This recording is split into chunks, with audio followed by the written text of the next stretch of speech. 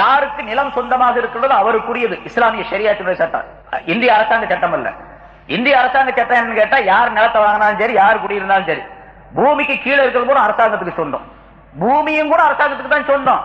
Government land அப்படின்னு தான் போடப்பட்டிருக்கும். ஏன்னா கொஞ்ச நாளைக்கு நம்ம குடியிருந்துக்கலாம், அவ்வளவுதான். கவர்மெண்ட்டுக்காரரு அரசாங்கத்தார்கள் என்ன பண்றாங்க, இந்த கட்டணம் கட்டப்பட்டிருக்குது, உங்க வீடு இருக்குது, இந்த வீடு எங்களுக்கு தேவை அப்படின்னு சொல்லி அரசாங்கத்தால் உத்தரவு போடப்பட்டா அந்த வீட்டை காலி பண்ணிட்டு போயிடணும். அதுக்கு ஏதாவது நஷ்ட ஈடு கொடுத்தாலும் கொடுப்போம், கொடுக்காட்டியும் இல்ல. இஸ்லாமிய ஷரியத்துல அப்படி கிடையாது. ஒரு வீட்டில் நம்ம என்னுடைய வீடு என்று ஒரு வீட்டில் நான் குடியிருக்கிறேன் என்று சொன்னால் அது என்னுடைய வீடு தான். அந்த லேண்ட், அந்த பூமியும் என்னுடைய பூமி தான். அரசாங்கத்துக்கு தேவை என்று சொன்னால் நான் இஷ்டப்பட்டு கொடுத்தால் அரசாங்கம் எடுத்துக்கொள்ளலாம். என்னிடத்தில் அரசாங்கம் கேட்டுக்கொள்ள வேண்டும். எங்களுக்கு போய் தேவைப்படுது, நீங்க எங்களுக்கு கொடுத்துட்டீங்கன்னா ரொம்ப நல்லா இருக்கும் என்று சொல்லி கேட்டுக்கொள்ள வேண்டும். அப்படி அவர்கள் கேட்டுக்கொண்டு எனக்கு விருப்பம் இருந்து கொடுத்தால் தான் அரசாங்கம் எடுக்கலாம், இல்லாட்டி எடுக்கக்கூடாது. ஷரியத்துடைய சட்டம்.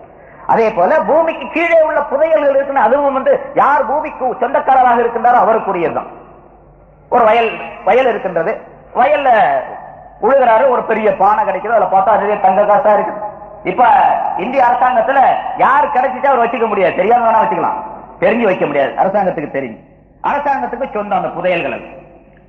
இஸ்லாத்துல அப்படி கிடையாது. அதனால அந்த புதையல்களுக்கு ஒரு சட்டம், வயல்கள் தோட்டங்களுக்கு ஒரு சட்டம், கால்நடைகளுக்கு ஒரு சட்டம், தங்கத்திற்கு ஒரு சட்டம், வெள்ளிக்கு ஒரு சட்டம்.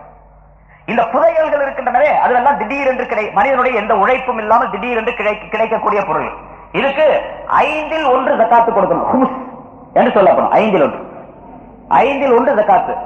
அப்ப உதாரணமா ஒரு 500 தங்க காசுகள் புதையலாக கிடைத்தால் 100 தங்க காசுகள் ஜகாத்து கொடுக்கணும் அதுல இருந்து. அதே மாதிரி அந்த கனிமத்துடைய பொருள், போர் செய்து எதிரிகளிடத்திலே அந்த எதிரிகள் விட்டு செல்லக்கூடிய பொருள்களை அரசாங்கத்திற்கு முஸ்லிம்கள் கைப்பற்றிக் கொள்ளுகின்றார்களே, கனிமத்துடைய பொருள் என்பதாக சொல்லப்படும் போர் பொருள்கள்.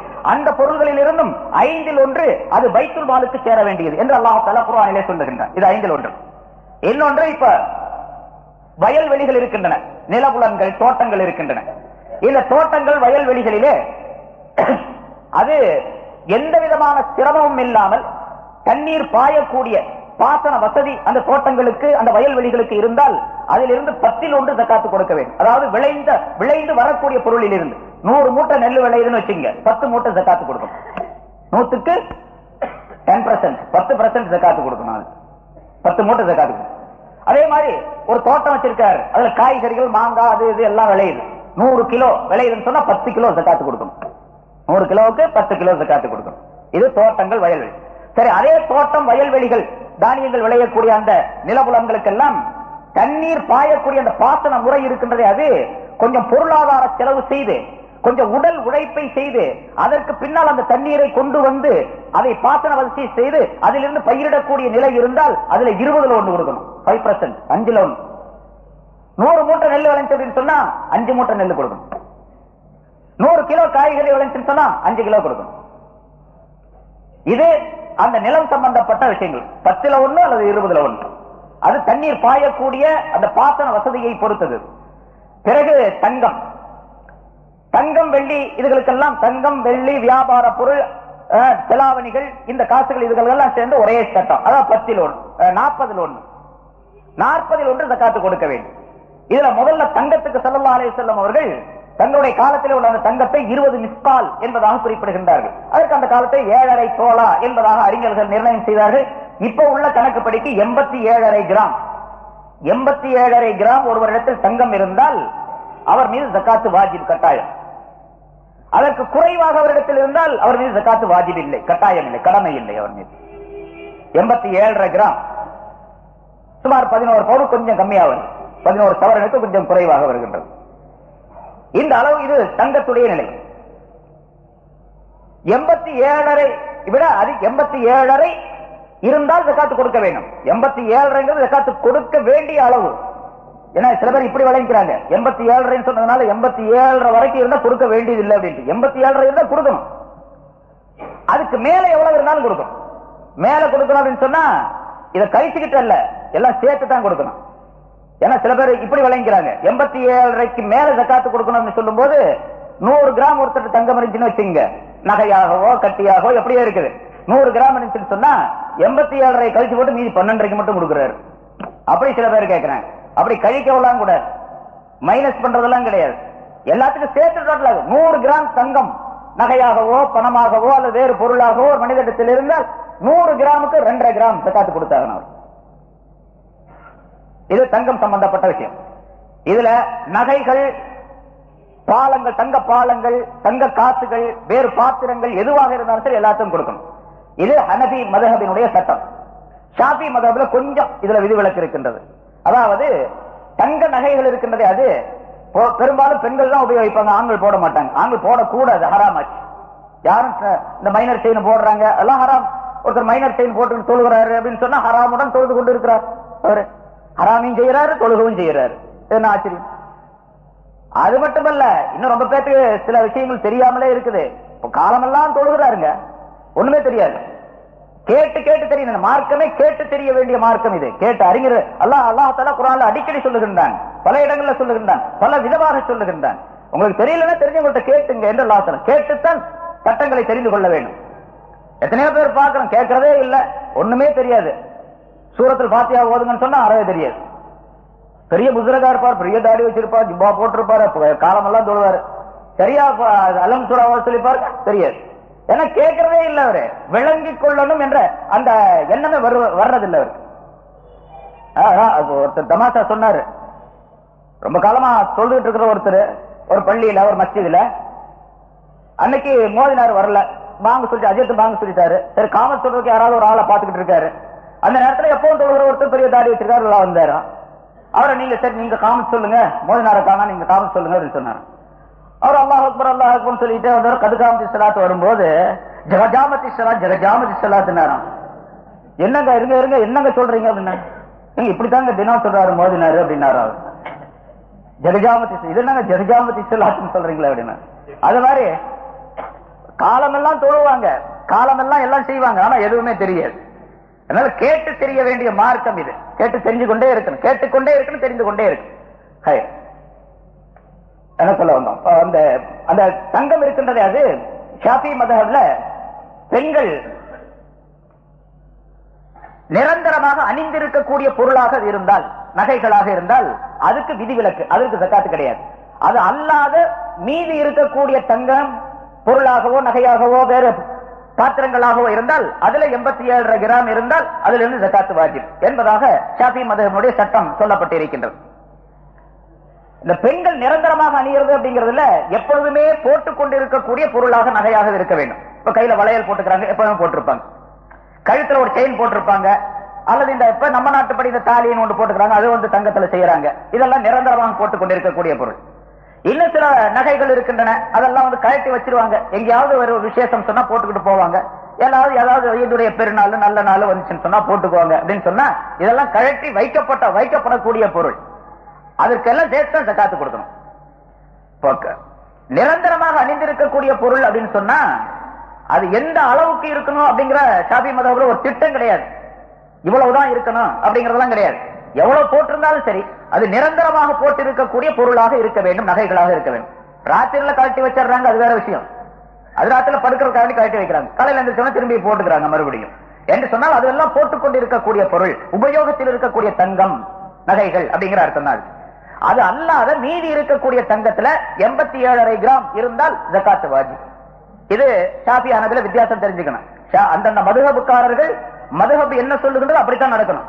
இதுல நம்முடைய அறிவை மட்டும் பயன்படுத்தி என்ன அந்த மதுஹபுக்கு மட்டும் அப்படி ஒரு சட்டம் விதிவிலக்கு, நம்ம மதுஹபுக்கு இல்ல, நம்ம அந்த மதுஹபுல பூந்துக்குவோம் அப்படின்லாம் சொல்லக்கூடாது. இப்ப இங்க கொஞ்சம் ஹைலா செய்யறதுக்காக வேண்டி ஏன்னா ஒரு 10 பவுன் போட்டுக்கிட்டு இருப்பாங்க, வளையல் அதே சேர்ந்து 10 போடுவாங்க, 20 போடுவாங்க, 40, 50, 100 கூட சமயத்தில் சுமந்துகிட்டே இருக்கிறாங்கன்னு வச்சுங்களேன். என்ன இவ்வளவுக்கு பெரிய தொகையா கொடுக்க வேண்டியது இருக்குது அப்படின்னு நினைச்சு உடனே ஷாஃபி மதஹ்புல மாறி ரம்ஜான் மாசத்துல மட்டும், அப்புறம் ரம்ஜான் முடிஞ்ச உடனே ஹனபி மதஹ்புக்கு வந்துடுறது. இதெல்லாம் இந்த தந்திரம்லாம் அல்லாஹ்ட்ட செல்லாது, அல்லாஹ்வுக்கு தெரியும்ல. அதனால மதஹப் அந்தந்த மதஹபுக்காரர்கள் மதஹத்தில் என்ன சொல்லப்பட்டிருக்கு அதைத்தான் செய்யும். அதை ஞாபகத்தில் வைத்துக் கொள்ள வேண்டும், தங்க சம்பந்தப்பட்ட விஷயம். அதே போல அடுத்தாப்புல வெள்ளியிலே ஸல்லல்லாஹு அலைஹி வஸல்லம் அவர்கள் 200 திர்ஹங்கள் என்பதாக குறிப்பிடுகின்றார்கள். அதுக்கு அந்த காலத்துல உலமாக்கள் வந்து 52.5 தோலா வெள்ளி என்பதாக வைக்கப்பட்டிருந்தது. இப்பொழுது 612.5 கிராம் வெள்ளி, 612.5 கிராம் வெள்ளி. அது 612.5 கிராம் வெள்ளி ஒரு மனிதனிடத்தில் இருந்தால் அவர் மீது ஜகாத் வாஜிப். அது நகையாகவோ பொருளாகவோ எப்படி இருந்தாலும் கட்டியாகவோ எப்படி இருந்தாலும் சரி, இந்த வெள்ளியை அடிப்படையாக வைத்துத்தான் மற்ற பொருள்கள் எல்லாம் கணிக்கப்படும். மற்ற பொருள்கள் தங்கத்தை வச்சு கணிக்க கூடாது. செலாவணி, ஒரு மனிதத்தில் பொருள் இருக்கின்றது, பணம் இருக்கின்றது. இந்த பணம் 612 கிராம் என்ன விலையாகின்றதோ தொகையாகின்றதோ அந்த தொகை ஒரு மனிதனிடத்தில் இருந்தால் அவர் மீது ஜகாத் வாஜிப் கட்டாயம். இப்ப ஒரு கிலோ வெள்ளி 7000 ரூபாய் அப்படின்னு வச்சுங்க. இப்ப உள்ள ரேட்டு 7000 ரூபாய். 612 கிராமுக்கு விலை போட்டீங்க அப்படின்னு சொன்னா 4270 ரூபாய், ஒரு 4300 ரூபாய் வச்சுங்க. சுமார் 4300 ரூபாய் வரும். இந்த 4300 ரூபாய் ஒரு மனிதனிடத்தில் இருந்தால் ஜகாத் வாஜிப். அதே போன்று ஒரு மனிதர் கடை வைத்திருக்கின்றார், அது எந்த கடையா இருந்தாலும் சரி, கடையில் இருக்கக்கூடிய சரக்குகள் பர்னிச்சர்கள் நீங்களாக, கடையில் உள்ள பர்னிச்சர்கள் தளவாட சாமான்கள் நீங்களாக, கடையுடைய அந்த வியாபார பொருள்கள் மட்டும் இருந்தார், அது புத்தக கடையா இருந்தாலும் சரி, ஹோட்டலாக இருந்தாலும் சரி, மளிகை கடையாக, ஜவுளி கடை, எந்த கடையா இருந்தாலும் சரி, அந்த பொருள் இந்த 612 கிராம் என்ன விலை பெறுகின்றதோ அந்த அளவுக்கு தொகை அதில் இருந்தால், சரக்கு இருந்தால் அவர் மீது ஜகாத் வாஜிப் கட்டாய கடமை. சரி, ஒரு இடத்துல இப்போ இதுல இன்னொரு மசலா ஞாபகம் வைக்கணும். நான் கடைசியில் நான் கொஞ்ச நேரம் இப்ப சொல்லிட்டு ஒரு மணி நேரம் 1.25 மணி நேரம் சொல்லிட்டு ஒரு 10-15 நிமிஷம் கொடுக்கலாம்னு நினைக்கிறேன் உங்களுக்கு டைம், கேள்வி நேரம். இது ஏன்னு கேட்டா இது சட்ட பிரச்சனையாக இருக்கிறதுனால ஒவ்வொருத்தரும் நம்ம இப்ப எந்திரிச்சு போகும்போது பல பேர் கேட்பாங்க, ஏன் இப்படி இருந்தா என்ன அப்படி இருந்தா என்ன. அதனால மொத்தமாக எல்லாருக்கும் தெரியட்டும் அப்படிங்கிறதுக்காண்டி ஒரு ஆலோசனை. ஸ்கூல்ல எல்லாம் போகும்போது மாணவர்களுக்கு சொற்பொழிவு ஆட்டும் போது ஒரு அரை மணி நேரம் 1/4 மணி நேரம் கேள்வி நேரம் அப்படின்னு வச்சிருக்காங்க. அது போல நீங்க ஒரு கேள்வி நேரம் உங்களுக்கு இப்போ இன்ஷா அல்லாஹ் கடைசியில ஒரு 15 நிமிஷம் உங்களுக்கு யாராவது சந்தேகம் குறிச்சு வச்சுங்க. அந்த சந்தேகத்தை இன்ஷா அல்லாஹ் கடைசியில இங்க வந்து கேளுங்க, நான் பதில் சொல்றேன். அந்த பதில் எல்லாத்துக்கும் தெரிஞ்சு போயிடும். ஒருத்தருக்கு வரக்கூடிய சந்தேகம் பலருக்கும் பதிலாக அமைந்து விடும். அது ரொம்ப நல்ல உபயோகமானதாக இருக்கும். இப்போ ஒருத்தருக்கு 4 சவரன் இருக்குன்னு வச்சுங்க, 4 சவரன் தங்கம் இருக்கு. இப்ப அவருக்கு ஜகாத் வாஜிப் இல்ல. கொஞ்சம் வெள்ளி இருக்குது, 612 கிராம் 100 கிராம் வெள்ளி இருக்குது. ஒரு 1000 ரூபாய் அல்லது 500 ரூபாய் பணம் இருக்குது. இப்ப தனித்தனியாக கணக்கு போட்ட ஜகாத் அவருக்கு கிடையாது.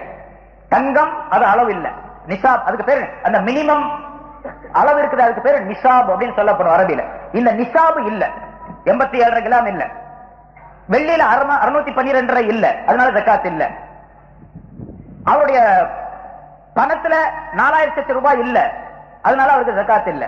இப்படின்னு ஜகாத்து கொடுக்காம விட்டுறக்கூடாது. 1000 ரூபாய் 500 ரூபாய் இருக்குது, கொஞ்சம் வெள்ளி இருக்குது, கொஞ்சம் தங்கம் இருக்குது, எல்லாம் கணக்கு போட்டு பார்த்தா அந்த 4300 ரூபாய் வந்துருதுன்னு ஜகாத்து கொடுக்கணும். என்கிட்ட கொஞ்சம் தானே தங்கம் இருக்கு, அதுக்கு எடுத்து கொடுத்துக்கிட்டு அப்படின்லாம் சொல்லக்கூடாது. ஏன்னா மற்ற பொருள் இருக்கு, அதெல்லாம் சேர்த்து கணக்கு போடணும். இங்க இந்த பொருள் தங்கம் வெள்ளி, இந்த வெள்ளியை அடிப்படையாக வைத்துத்தான் மற்ற பொருள்கள் எல்லாம் கணிக்கப்படும். மற்ற பொருள்கள் எல்லாம் கணிக்கணும். அதாவது 4300 ரூபாய் நம்ம என்று சொன்னோமே அந்த அளவு. இந்த 4300 ரூபாய் ஒரு மனிதனிடத்தில் இருந்து விட்டால், இப்ப வந்திருக்குதுன்னு வச்சுங்க, இன்னைக்கு போற 23, ரமலான் போற 23. இந்த ஜகாத்து கொடுக்கறதுல ஒரு வருஷம் கழிய வேண்டும். ஒரு வருஷம் முழுமையாக சென்ற பின்னால் அடுத்த ஆண்டுதான் அவர் மீது ஜகாத்து வாஜிப் கட்டாய கடமையாகும். இப்ப இன்னைக்கு பொற 23வது நாள் அன்று, ரமலான் பொற 23வது நாள் அன்று தான் எனக்கு ஒரு 5000 ரூபாய் எனக்கு வந்திருக்குதுங்க. இதுக்கு முதல்ல எனக்கு ஜகாத்து கடமையே இல்ல, நான் ஜகாத்து கொடுக்கக்கூடியவனா இல்ல. இன்னைக்கு தான் 5000 ரூபாய் வந்திருக்குது. இப்ப உடனே ஜகாத்து கொடுக்கணுமா? தேவையில்லை. 87 கிராம் இன்னைக்கு தான் வந்திருக்குது, கொடுக்க வேண்டியதில்லை. 612 கிராம் வெள்ளி எனக்கு இன்னைக்கு தான் வந்திருக்குது, கொடுக்க வேண்டியதில்லை. இதிலிருந்து அடுத்த ஆண்டு ரமலான் மாதம் பிறை 23 அன்றைக்கு தான் எனக்கு ஜகாத்து கடமையாகும். இதுல இந்த சந்திர கணக்கு தான் கணக்கு போடணும். ஜனவரி கணக்கு, பிப்ரவரி கணக்கு எல்லாம் போடக்கூடாது. அதாவது சூரிய கணக்கு இதுல கிடையாது. ஜகாத்திலேயே சந்திர கணக்கு போட்டு எந்த பொறையில அவருக்கு ஜகாத்து அந்த பொருள் வந்திருக்குதோ அதுல இருந்து ஒரு வருஷம் கழியும். இப்ப இந்த ஒரு வருஷம் கழியும் பொழுது இங்க என்ன சில பிரச்சனைகள், சில விஷயங்கள், சில சட்டங்களை தெரிஞ்சு கொள்ளணும். இப்ப உதாரணமா இன்னைக்கு 5000 ரூபாய் என்கிட்ட வந்திருக்குது, அடுத்த மாசம் ஒரு 1000 ரூபாய் வந்துச்சு, ஒரு 4 மாசம் கழிச்சு இன்னொரு 1000 ரூபாய் வருது, ஒரு 10 மாசம் கழிச்சு ஒரு 1000 ரூபாய் 2000 ரூபாய் எனக்கு வந்து சேருது. இந்த காசு எல்லாத்தையும் இதுல சேர்த்துக்கணும். இந்த 10 மாசம் கழிச்சு அடுத்தாப்புல இப்போ ஒரு 5000 ரூபாய் வருது, இன்னொரு 10 மாசம் கழிச்சு ஒரு 5000 ரூபாய் எனக்கு கிடைக்குது. அந்த 5000 ரூபாய்க்கு இன்னொரு வருஷம் கழிக்கணும் அப்படிங்கிற வச்சுக்க கூடாது. அந்த 5000 ரூபாய் இதுல தான் சேர்க்கணும். இடையில் வரக்கூடிய பணங்கள் அனைத்தையும், பொருள்கள் அனைத்தையும், இந்த ஆரம்பத்துல வந்த பணம் இருக்குது பாருங்க, இன்னைக்கு புற 23 அன்றைக்கு வந்த பணம், இதோட பூராத்தி இதோட சேர்த்துக்கணும். அடுத்த ஆண்டு ரமலான் மாதம் 23வது நாள் வரும் பொழுது என்கிட்ட எவ்வளவு தொகை இருக்குதோ அது பூராத்துக்கு ஜகாத்து கொடுக்கணும், கட்டாய கடமையாச்சு. இதுல எந்த விதமான தந்திரமும் செய்யக்கூடாது. ஏன்னா அந்த பொருள் இப்பதான் 2 மாசம் தான் ஆச்சு எனக்கு பொருள் 5000 ரூபாய் ஒரு வருஷம் ஆச்சு. இந்த 5000 ரூபாய் இப்பதான் 2 மாசம் தான் ஆச்சு. என்று சொல்லி அந்த 5000 ரூபாய்க்கு இன்னொரு வருஷம் கழிக்கணும் என்று கணக்கு போடக்கூடாது. இடையில் வரக்கூடிய எல்லா பணத்தையும் அது அசல் பொருளோடு அசல் தொகையோடு சேர்த்துக் கொண்டே போக வேண்டும் என்பதும் சட்டம். ஜகாத்து கொடுக்கக்கூடிய இந்த மனிதர்கள் ஜகாத்து கடமையாவதற்கு அவர் முஸ்லிமாக இருக்க வேண்டும். சிறு குழந்தைகளுக்கு பொருள் இருக்கின்றது சொன்னா அவர் மீது ஜகாத்து கிடையாது. ஆப்பிள் பாலிக முக்கல்லப்பாக இருக்க வேண்டும் என்ற கருத்து நிபந்தனையும் இருக்கின்றது. அதாவது அவர் அறிவுள்ளவராக, புத்தி சுவாதீனம் உள்ளவராக இருக்க வேண்டும், பருவம் அடைந்தவராக இருக்க வேண்டும். புத்தி சுவாதீனம் இல்லாத பைத்தியகாரணத்துல பொருள் இருக்குதுங்க நிறைய. அவன்கிட்ட பொருளாதாரம் நிறைய இருக்குது, ஆனா பைத்தியமா இருக்கிறான் ஆளு என்று சொன்னா அவனுக்கு ஜகாத்து கடமை கிடையாது. ஏன்னா அவனுக்கு தன்னுடைய சுயநிலைவே அவனுக்கு இல்ல, தன்னை பற்றிய விளக்கம் தெரியாது. அதனால அவனுடைய பொருளுக்கும் ஜகாத்து கிடையாது. சிறு குழந்தைகள் அவர்களுக்கு பொருளாதாரம் இருக்கின்றது, அவர்களுக்கும் ஜகாத்து கிடையாது. அவர்கள் பாலிக பருவம் அடைந்தால் தான் அவருடைய பொருளுக்கு ஜகாத். அதே போன்று ஜகாத்து கொடுக்கக்கூடிய நேரத்தில் நிய்யத் என்பது மிக முக்கியமானது. நிய்யத் இல்லாமல் ஜகாத்து கொடுத்தா அது செல்லுபடியாகாது. நிய்யத் எல்லாத்துக்கும் அவசியம். அது ஷாஃபி மதத்தில் ரொம்ப வலியுறுத்தி சொல்லப்பட்ட ஒரு விஷயம் நிய்யத் என்பது. நிய்யத் இல்லாமல் எதுவுமே கூடாது. அதனால நிய்யத் கொடுக்கிறதுக்கு முன்னதாக நிய்யத் செய்ய வேண்டும். அந்த நிய்யத் எவ்வளவு முந்தி இருந்தாலும் சரி, அல்லாஹ் அக்பர் தக்பீர் கட்டிக்கிட்டு போறது லோஹருக்கு 4 ரக்காத் தொழுகிறேன் நியத்து பண்ணா தக்பீர் கட்டின பிறகு அந்த நியத்து செல்லுபடியாகாது. அதுபோல ஒருத்தட்ட 10 ரூபாயை கொடுத்து போட்டு கொடுத்ததை வந்து ஜகாத்துல கணக்குல வச்சுக்கிறேன் அப்படின்னு அப்புறம் நியத்து பண்ண அது செல்லாது. கொடுக்கிறதுக்கு முன்னதாக நியத்து செய்ய வேண்டும். அந்த நியத்து எவ்வளவு முந்தி இருந்தாலும் சரி, பாக்கெட்ல பணத்தை எடுத்து வச்சு 500 ரூபாய் நான் பாக்கெட்ல எடுத்து வைக்கிறேன், இது ஜகாத்துடைய காசு என்று எடுத்து வச்சுக்கிறேன். அப்புறம் தேவைப்பட்டவங்க யார் யார் கேட்கறாங்களோ, யார் யார் நம்ம பாக்குறோமோ ஏழைகள் அவங்களுக்கு எல்லாம் கொடுக்கிறேன் என்று சொன்னா செல்லுபடியாகும். அந்த பணத்தை ஒதுக்கும் பொழுது அல்லது கொடுப்பதற்கு முன்னதாக கொடுக்கக்கூடிய அந்த நேரத்திலாவது அந்த நிய்யத்து வந்து விட வேண்டும். நிய்யத்து இல்லாமல் அது செல்லுபடியாக ஞாபகம் வைக்கிறது. இதனாலதான் பின்னால கடனை பத்தி பின்னால சொல்லுவான். ஒருத்தருக்கு கடன் கொடுக்கணும், நமக்கு கடன் கொடுக்க வேண்டியது இருக்கணும். எனக்கு ஒருத்தர் கடன் கொடுக்கணும், ஒரு 1000 ரூபாய் கொடுக்கணும், நான் ஜகாத்து கொடுக்க வேண்டியது இருக்குது. இப்ப அந்த காசை கேட்டு பார்த்தேன் கடன்காரன் கொடுக்கவே இல்லை. சரி ஜகாத்துல வச்சுட்டு போவோம், நிய்யத்து பண்ணிக்குவோம் என்று சொல்லி நிய்யத்து பண்ண கூடாது. இப்ப அவன்கிட்ட பணத்தை வாங்கி திரும்ப கொடுத்தா தான் செல்லும், அது ஜகாத் என்பது கூடும். கடனை கடன்காரனுக்கு அப்படியே விட்டு விட்டு நான் ஜகாத்தை நியத் செய்து கொள்கின்றேன் சொன்னா அது செல்லுபடியாகாது. இதெல்லாம் கவனிக்கணும். அடுத்ததாக இந்த ஜகாத்துல எந்த பொருளை யாருக்கு கொடுக்கின்றோமோ அதுக்கு அவர்களை உரிமையாக்கி விட வேண்டும். அந்த பொருளுக்கு உரியவர்களாக அவர்களை ஆக்கி விட வேண்டும். பொருளை நாமே வச்சுக்கிட்டு இப்ப உதாரணமா ஒரு 1000 ரூபாய் ஒருத்தர் ஜகாத்து கொடுக்க வேண்டியது இருக்குது. இந்த 1000 ரூபாய் இவரே வச்சுக்கிட்டு ஏழை எளியவர்களுக்கு அவங்களுக்கு தேவைப்பட்ட நேரத்துல எல்லாம் ஏதாச்சும் ஒன்று வாங்கி கொடுக்கிறார் என்று வைத்துக் கொள்வோம். ஜகாத்துடைய பொருள் அவருக்கு ஒருத்தர் கொடுக்கறதாக நியத்து பண்ணிட்டாரு, ஆனா அவருக்கு காசு கொடுத்தா செலவு பண்ணி போடுவாரு, தவறா செலவு பண்ணி போடுவாரு அல்லது வீணாக செலவு பண்ணி போடுவார் என்பதாக நினைத்து அந்த 1000 ரூபாய் இவரே வச்சுக்கிட்டு அவருக்கு சாப்பாடு வாங்கி கொடுக்கிறாரு, துணி வாங்கி கொடுக்கிறாரு, பஸ்ஸுக்கு காசு கொடுக்கிறாரு, எதுக்காச்சும் காசு கொடுத்துக்கிட்டே இருக்காருன்னு சொன்னா இது கூடாது. 1000 ரூபாய் கொடுக்கணும்னா அவருக்கு கொடுத்து அவருக்கு உரிமையாக்கி விட வேண்டும் அந்த பொருளை. இதுக்கு பேர் மில்கியத் என்பதாக சொல்லப்படும். பொருளை உரியவர்களுக்கு உரிமையாக்குவது. அப்படி உரிமையாக்கினால்தான் செல்லுபடியாகும், இல்லாட்டி செல்லுபடியாக.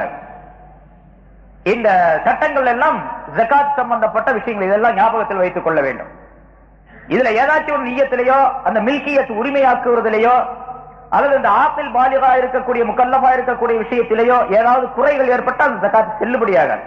ஜகாத்து கொடுக்கிறது பெருசு இல்ல, அந்த ஜகாத்து உரிய முறையிலே சரியாக நிறைவேற்றப்பட்டதா என்பதை நாம் கவனிக்க வேண்டும். எல்லா வணக்கம் அப்படித்தான். செய்வது என்பது ஒன்று, அதை எப்படி செய்ய வேண்டும், எப்படி செய்தால் அல்லாஹ் அதனை ஏற்றுக்கொள்வான் என்ற முறை முதலாவதாக நமக்கு தெரிய வேண்டும். அது ஜகாத்துல மிக முக்கியமா இருக்கு. அடுத்ததாக அல்லாஹ் தஆலா ஜகாத் சம்பந்தமாக இப்ப விளக்கங்கள் நிறைய இருக்குது. அதெல்லாம் உங்களுக்கு யார் யாருக்கு என்னென்ன சந்தேகம் வருதோ ஒரு சில சந்தேகங்களை நீங்க கடைசியில் நீங்க கேட்டுக்கலாம். இந்த ஜகாத்தை இப்ப யார் அளவு சொல்லப்பட்டது, யார் கொடுக்கக்கூடியவருக்குரிய அளவு சொல்லப்பட்டது. வாங்கக்கூடியவர்களை அல்லாஹ் தஆலா குர்ஆனில் தெளிவாக சொல்லி காட்டுகின்றான். இன்னமஸ் ஸதகாத்து லில் ஃபுகராஇ வல் மசாகின் என்ற ஆயத்தின் மூலமாக 8 கூட்டத்தார்களை அல்லாஹ் தஆலா குறிப்பிடுகின்றான். இந்த 8 கூட்டத்தார்களுக்கு மட்டும்தான் ஜகாத்துடைய பொருளை வழங்க வேண்டும், கொடுக்க வேண்டும். இவர்கள் அல்லாத வேறு எவருக்கும் கொடுத்தாலும் செல்லாது, யாருக்கு கொடுத்தாலும் செல்லாது. ஏன்னா அல்லாஹ் தஆலா அந்த ஆயத்துல முன்னால் நான் சொன்னபடி ஃபரீயமத்தம் மினல்லாஹ், அல்லாஹ்வில் நின்றுள்ள கடமையாக இது கடமையாக்கப்பட்டு இருக்கின்றது என்று அல்லாஹ் தஆலா சொல்லும் பொழுது அல்லாஹ்வே நேரடியாக உத்தரவு ஆர்டர் கொடுத்து விட்டான். அதனால இனி யாருக்கும் எந்த மனிதருக்கும் இதுல சுய அதிகாரம் என்பது கிடையாது. அந்த 8 கூட்டத்தார இப்ப நம்ம பார்ப்போம். கேள்விப்பட்டதுதான், திரும்ப நினைவுக்காக வேண்டி. இன்னம ஸதகாத்து லில் ஃபுகரா, ஜகாத் என்பதெல்லாம் ஃபகீர்களுக்கும் மிஸ்கீன்களுக்கும் என்று அல்லாஹ் தஆலா சொல்றார். 2 பேரை முதல்ல சொன்னான். ஃபகீராக இருக்கணும், மிஸ்கீனாக இருக்கணும். ஃபகீர்னா யாரு, மிஸ்கீன்னா யாரு? ஃபகீர் என்று சொன்னா ரெண்டுக்குமே தமிழ்ல அர்த்தம் சொன்னா ஏழை அப்படின்னு தான் சொல்லுவோம். ஃபுகஹாக்கள், மதுஹபுடைய இமாம்கள் இதற்கு சில விளக்கங்களை சொல்லுகின்றார்கள். இமாம் அபூ ஹனீஃபா ரஹ்மத்துல்லாஹி அவர்கள் சொல்லும்போது, ஃபகீர் என்று சொன்னால் இந்த ஜகாத்துடைய நிசாப் மினிமம் அளவு சொன்ன பாருங்க, குறைந்தபட்ச அளவு, இதை விட குறைவாக பொருள் உள்ளவருக்கு பேர் ஃபகீர். உதாரணமாக 4300 ரூபாய் சொன்னோம், 3000 ரூபாய் அவர்கிட்ட இருக்குது. இப்ப அவர் ஜகாத் வாங்குறதுக்கு தகுதியான ஃபகீர், இவருக்கு பேர் ஃபகீர். மிஸ்கீன் சொன்னா யார்? அன்னன்னைக்கு சம்பாதிச்சு சாப்பிடக்கூடியவர். இன்னைக்கு சம்பாதிக்கார், 100 ரூபாய் சம்பாதிக்கார் சாப்பிட்டுறார், நாளைக்கு 100 ரூபாய் சம்பாதிக்கார் சாப்பிட்டுறார். எந்த பொருளாதார சேமிப்பு ஒரு இடத்துல கிடையாது, குறைந்த அளவு விட குறைந்ததும் கிடையாது ஒரு இடத்துல. 1000 ரூபாய் 500 ரூபாய் அதுவும் கிடையாது. அன்னன்னைக்கு சம்பாதிக்கிறாரு, சாப்பிட்டுறார், அன்னன்னைக்கு கிடைக்கக்கூடிய பொருளை வச்சு சாப்பிட்டுக் கொள்றார், தன்னுடைய ஜீவனத்தை கழித்து விடுகின்றார் என்று சொல்ல இவருக்கு பேர் மிஸ்கீன். இது ஹனபி மذஹபில இமாம் அபூ ஹனீஃபா ரஹ்மத்துல்லாஹியுடைய விளக்கம். இமாம் ஷாஃபி ரஹ்மத்துல்லாஹி அலைஹி மாத்தமா சொல்றாங்க, ஃபகீர்னா அவர் மிஸ்கீனுக்கு என்ன அர்த்தம் சொல்லுமோ அதுக்கு ஃபகீர், ஃபகீருக்கு என்ன அர்த்தம் சொல்லுமோ அதுக்கு மிஸ்கீனுக்கு. அவங்க 2 மாத்தி சொல்றாங்க.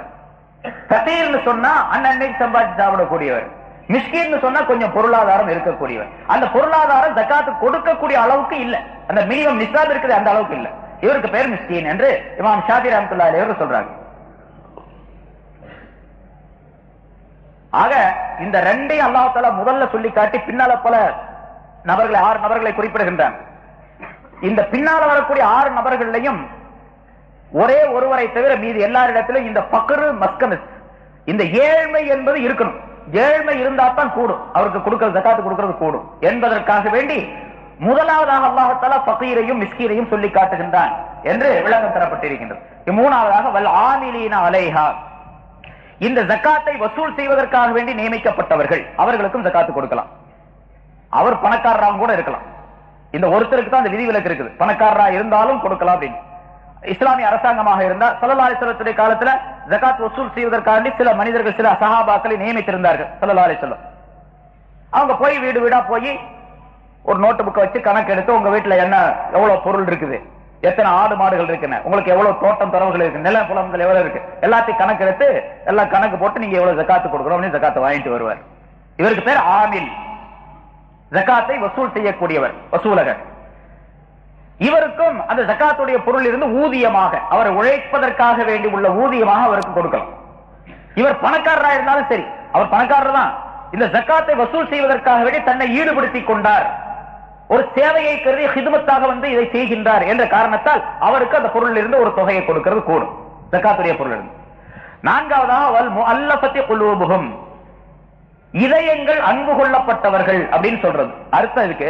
ஆனா புதிதாக இஸ்லாத்தை ஏற்றுக்கொண்டவர்கள் அப்படிங்கிற அர்த்தம், கருத்து அர்த்தம் இருக்கு. புதிதாக இஸ்லாத்தை ஏற்றுக்கொண்டவர்கள் அந்த காலத்துல புதிதாக இஸ்லாத்துக்கு வந்திருக்கிறாங்க சொன்னா பெரும்பாலும் ஏழைகள் தான் இஸ்லாத்துக்கு வந்தாங்க. நம்ம வரலாறு எல்லாத்துக்கும் தெரியும்.